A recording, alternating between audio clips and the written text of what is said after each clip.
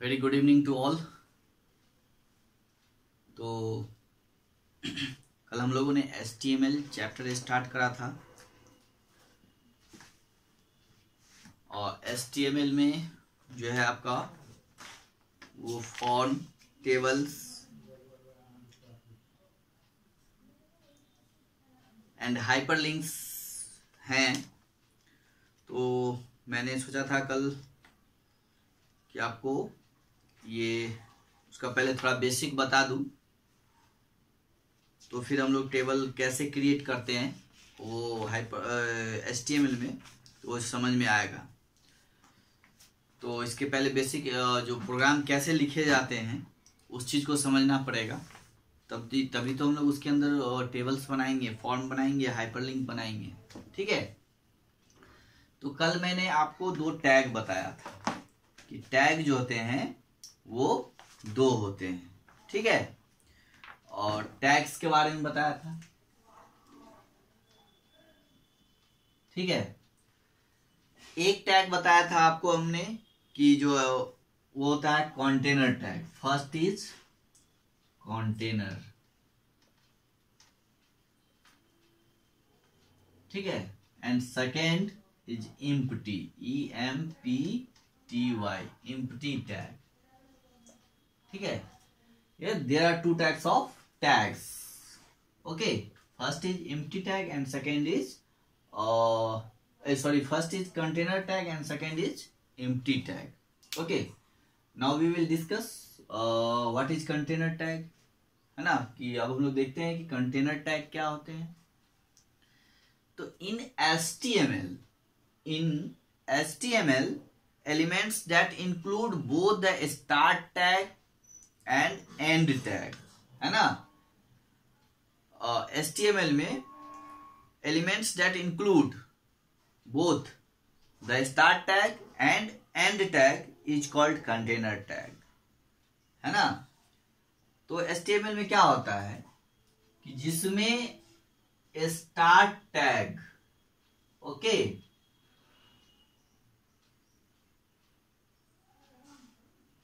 जैसे ये B हो गया, ठीक है, और ये हो गया आपका, ये भी हो गया। तो ये बोथ टैग होते हैं, स्टार्ट एंड एंड टैग। ये आपका स्टार्ट टैग है, START, स्टार्ट टैग। और ये सेकेंड जो है आपका वो है एंड टैग। ठीक है। अब देखिए ये स्टार्ट एंड एंड। तो tags are called in HTML elements that are include both the start tag and end tag are called container tag. ठीक है।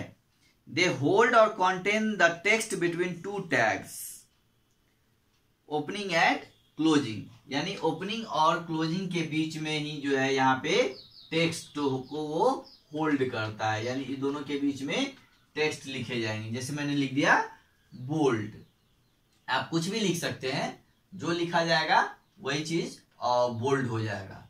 तो ये जो टैग हमने यूज किया वो बोल्ड के लिए है। ठीक है।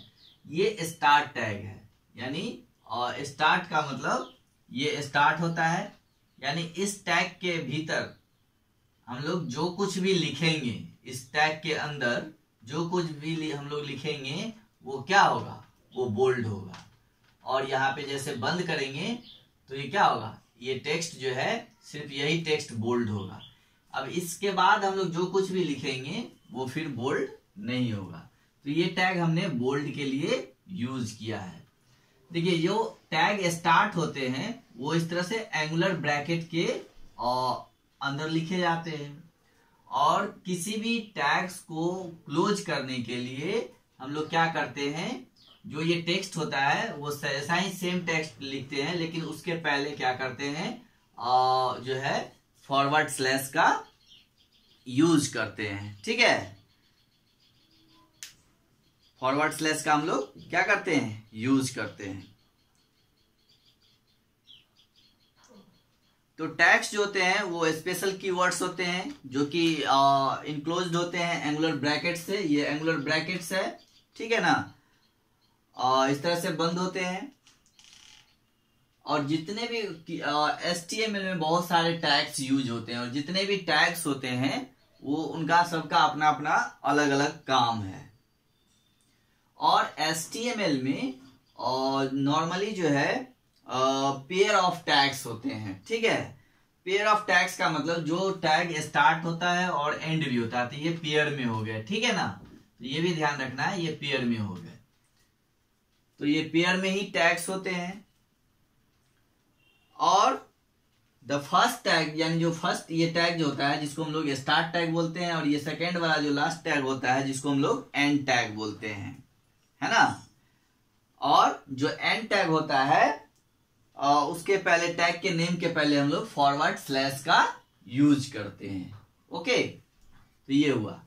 तो जिस टैग में, है ना, ओपनिंग भी हो और क्लोजिंग भी हो, दोनों होता है, इसको हम लोग कंटेनर टैग बोलते हैं। क्या बोलते हैं? कंटेनर टैग, ठीक है।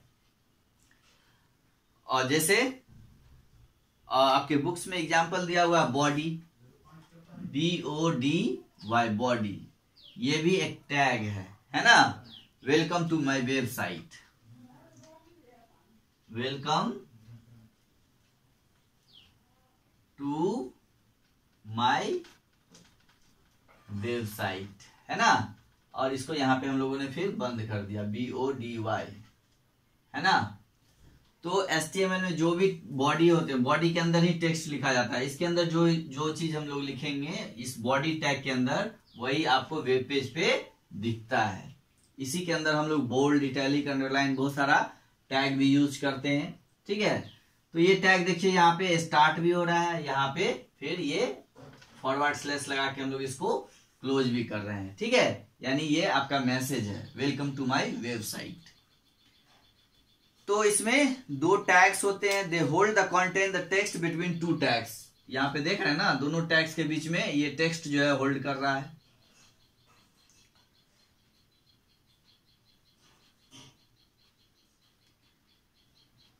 अब नेक्स्ट है आपका एम्प्टी टैग, ठीक है।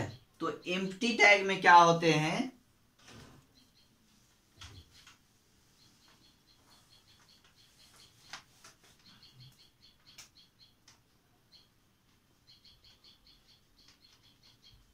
ठीक है, कि अभी हम लोगों ने क्या देखा कि जैसे ये ओपनिंग भी हुआ, है ना, और इसका क्लोजिंग भी हुआ। तो जिसका ओपनिंग और क्लोजिंग हुआ वो क्या हो गए? कंटेनर टैग, ठीक है। अब एम्प्टी टैग हम लोगों को देखना है कि एम्प्टी टैग जो होता है उसमें empty tag have only one tag, means क्या, सिर्फ ओनली ओपनिंग टैग्स, है ना, आर कॉल्ड एम्प्टी एलिमेंट्स। यानी इन HTML elements that have only opening tag are called empty elements. यानी जिसमें सिर्फ ओपनिंग हो, क्लोजिंग नहीं हो, वो एम्प्टी टैग कहलाता है। These tags do not act on a block of text. For example जैसे HR के लिए, है ना, या फिर BR लाइन ब्रेक करने के लिए, ये दो टैग, और ये रेफरेंस के लिए है और ये ब्रेक करने के लिए है। तो ये दो टैग हैं जो ओपन तो होते हैं लेकिन ये क्लोज इस तरह से नहीं होते हैं, ठीक है ना। इसको इस तरह से करने की जरूरत नहीं है, ये नहीं होता है, इसमें पेयर नहीं होते हैं, सिर्फ सिंगल ओनली ओपनिंग टैग ही होते हैं, राइट। तो इस तरह के जो टैग्स होते हैं इनको हम लोग एम्प्टी टैग कहते हैं, एम्प्टी टैग, ठीक है। अब नेक्स्ट टॉपिक है एट्रीब्यूट। क्या है? एट्रीब्यूट।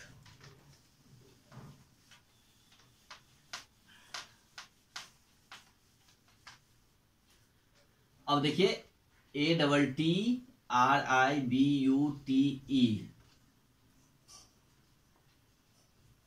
ठीक है, एट्रीब्यूट।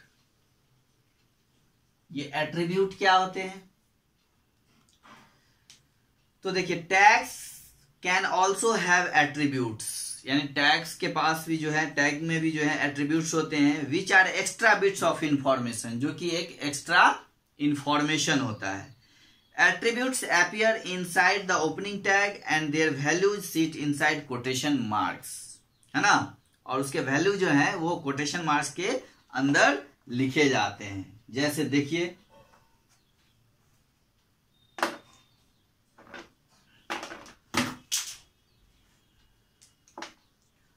जैसे हम लोगों ने यहाँ पे लिया बॉडी, है ना, अब ये बॉडी के अंदर हम लोग क्या लिख रहे हैं, जैसे बैकग्राउंड, ये क्या हो गया, एट्रीब्यूट हो गया।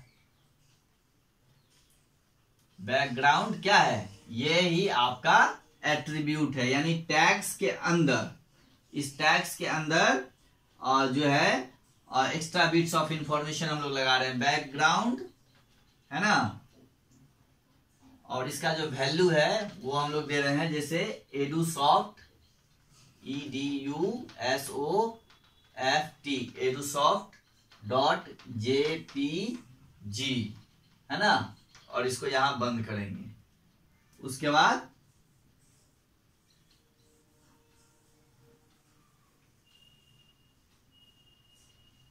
आपका जो है वो है मार्गराइन, MARGARINE। उसके बाद हम लोग यहाँ पे बॉडी को फिर क्लोज कर देंगे। ओके, तो ये जो हम लोग एक्स्ट्रा देख रहे हैं, एक्स्ट्रा बिट, है ना, ये आपका क्या है, ये ही एट्रीब्यूट्स है ना। हम लोग वैसे बॉडी के अंदर सिर्फ टेक्स्ट लिख सकते थे, लेकिन इसमें हम लोगों ने क्या चूज किया है, बैकग्राउंड, यानी बॉडी जो के अंदर जो टेक्स्ट लिखते हैं, जो पेज वेब पेज पे दिखते हैं टेक्स्ट, तो उसका हम लोगों ने बैकग्राउंड भी सेट किया है। बैकग्राउंड क्या होता है, जैसे अभी मैं इस बोर्ड पे लिख रहा हूं, तो इस बोर्ड का बैकग्राउंड क्या है, व्हाइट बैकग्राउंड है ना, और इसका फोरग्राउंड कलर कौन सा है, ब्लैक है, ठीक है। तो इसी तरह वो जो टेक्स्ट होगा आपका, उसका बैकग्राउंड जो होगा, ये edusofts.jpg, ये एक इमेज फाइल का नाम है ना। तो इस इमेज फाइल में जो इमेज होंगे, उस टेक्स्ट के पीछे वो अपीयर हो जाएंगे, ठीक है। तो ये एट्रीब्यूट्स हैं। अब देखिए, the correct structure of HTML documents start with HTML। अब स्टार्ट इसका जो है, आप करेक्ट स्ट्रक्चर देखिए कि HTML का स्ट्रक्चर क्या होता है, कैसे हम लोग प्रोग्राम HTML में क्रिएट करते हैं, तो उसका वो अब स्ट्रक्चर अब हम लोग देखेंगे पहले, ठीक है। तो HTML में जो हम लोग प्रोग्राम स्टार्ट करते हैं, तो सबसे पहला टैग जो होता है वो आपका ये HTML ही होता है। सबसे पहला स्ट्रक्चर में क्या आएगा, HTML, यानी ये टैग जो है, ये आपको HTML प्रोग्राम को स्टार्ट करने का परमिशन देता है। यानी ये हम लिखे, यहां से प्रोग्राम स्टार्ट हो गया, ठीक है। इसके बाद हम लोग हेडिंग देते हैं। हम लोग कोई भी प्रोग्राम जो बनाते हैं उसका एक हेडिंग होता है। जैसे हम लोग कोई चैप्टर पढ़ते हैं तो उसका एक हेडिंग होता है ना, और उसके नीचे उसका स्टोरी होता है, ठीक है। तो इसी तरह हम लोग कोई भी प्रोग्राम बनाएंगे तो उसमें या उस प्रोग्राम में जो कुछ भी लिखेंगे उसका एक हेडिंग होता है। तो यहाँ पे हम लोग हेड यूज करेंगे। ओके, फिर क्या है, इसके अंदर एक टाइटल भी होता है ना, और टाइटल भी दे सकते हैं, ठीक है। और इसके बाद नेक्स्ट जो होता है बॉडी होता है, ठीक है। तो हम लोग जो भी हेडिंग के अंदर देंगे वो हेड भी बंद होता है, क्लोज होगा। आपका टाइटल भी जो है यहाँ पे आप लिख के आप यहीं पे भी क्लोज कर सकते हैं, ठीक है। यहाँ पे हेडिंग दे दीजिए, यहाँ पे कुछ टाइटल दे दीजिए। उसके बाद नेक्स्ट है आपका बॉडी, ठीक है। अब जो भी मैसेज आपका है वो इस बॉडी के अंदर ही लिखे जाएंगे, ठीक है।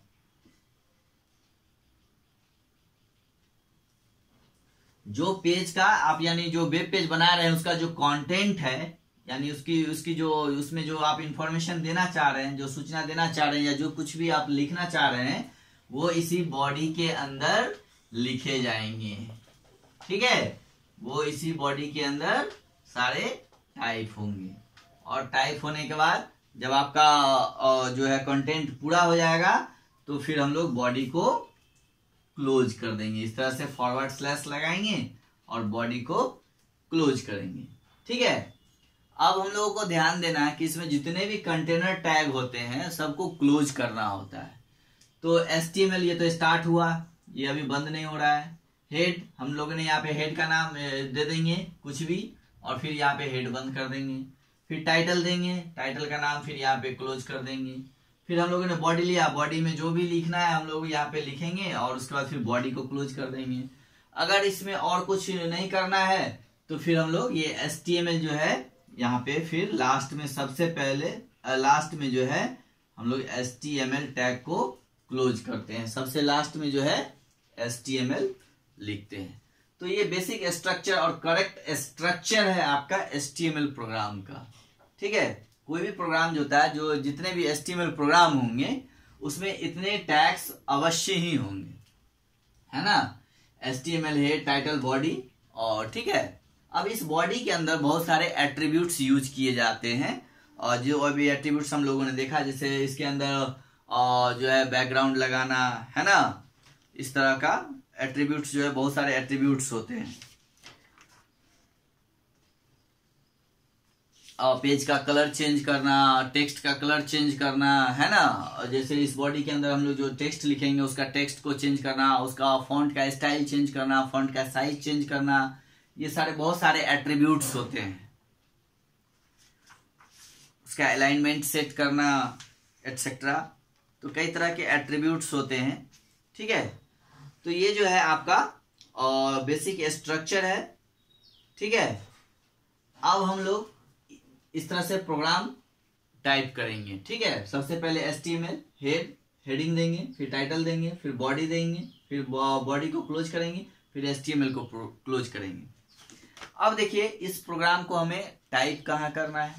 ठीक है, क्योंकि इसके लिए कोई स्पेशल सॉफ्टवेयर आपके सिस्टम में नहीं होता है। ठीक है, तो इस प्रोग्राम को टाइप करने के लिए हम लोग किसी भी एक सिंपल टेक्स्ट एडिटर एप्लीकेशन का यूज करेंगे। ओके, तो सबसे सिंपल टेक्स्ट एडिटर आपका जो है वो कौन सा है, वो है नोटपैड। कौन सा है, नोटपैड, राइट। इस नोटपैड का हम लोग यूज करेंगे। HTML के लिए नोटपैड सबसे बेस्ट टेक्स्ट एडिटर एप्स है। ठीक है, तो यहीं पे आके हम लोग टाइप करते हैं इस प्रोग्राम को, और किसी एप्लीकेशन में नहीं करना है। आप चाहे तो वर्डपैड में भी कर सकते हैं, लेकिन सबसे बेस्ट आपका नोटपैड ही होगा। तो इसके लिए इस प्रोग्राम को बनाने के लिए अगर आप कोई HTML में सिस्टम में HTML एप्लीकेशन खोजिएगा वर्ड के तरह, एक्सेल के तरह, एक्सेस के तरह या पावर पॉइंट के तरह, तो वो आपको नहीं मिलने वाला है। ठीक है, तो उसके लिए आपको नोटपैड में जाना है, नोटपैड को ओपन करना है। नोटपैड जो है आपका वो स्टार्ट बटन पे क्लिक करेंगे, ऑल प्रोग्राम में जाएंगे, फिर एसेसरीज में जाएंगे और एसेसरीज के अंदर नोटपैड होता है, वहां पे हम लोग क्लिक करेंगे तो आपको नोटपैड का स्क्रीन खुलेगा। ठीक है, और वहां पे हम लोग इस प्रोग्राम को टाइप करेंगे, और टाइप करने के बाद इस प्रोग्राम को जब हम लोग सेव करते हैं तो साथ में एक्सटेंशन नेम भी देते हैं, है ना। क्या देते हैं, एक्सटेंशन नेम।